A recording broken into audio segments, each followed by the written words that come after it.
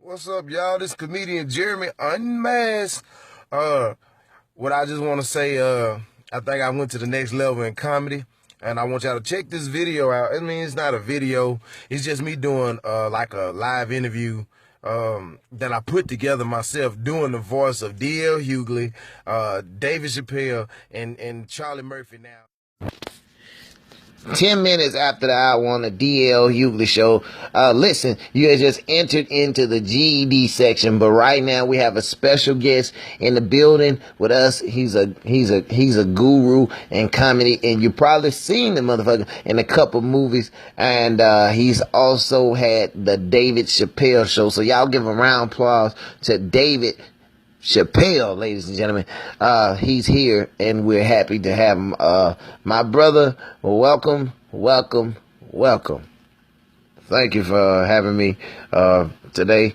I just want to say hey to everybody. This is one of the most blessed days to be here with the king of comedy himself, Mr. D.L. Hughley. Man, it's likewise. I see that you got two Netflix specials out, and I must say, hey, man, you haven't lost a step, man, and we can't even tell that you were gone for the period of time that you were away from us. And speaking of that, when you were away from us, what transcended in your mind that it was time to be to make a comeback? Well, after they said I ran and went to Africa, I had time to think, and I just was, spending time with the family, clearing my mind of a few things, and I just got this gut feeling one day, and I was like, it's time to make a return. And so, I got a call from my manager, and he worked out a deal with Netflix, and so I started working on a sketch, and I started to do some things, and I said it's the perfect time to make a comeback. And so there you have it. And man, and I mean, I enjoy it. I'm glad you back, man. I'm glad you're well. I mean, because show business do take a lot out of you, man. And sometimes you have to have time to reflect on those things, and put things in perspective, man. Cause I mean, it's times that I've taken off, and I had to just clear my mind, man, because, we out, doing dates and shows and movies and things like that, interviews and stuff like that. And then we kind of forget ourselves because, man, we too busy trying to, make sure our fans are satisfied, and, and it's draining. So, people, have to take time for themselves, and I can tell by the way that you took some time off. Money wasn't an object.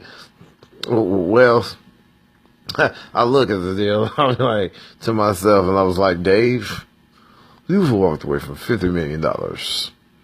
I was like, it's never been about the money. It's just been about the craft, and the money is good, but sometimes you have to kind of sit down and and do your thing. Well,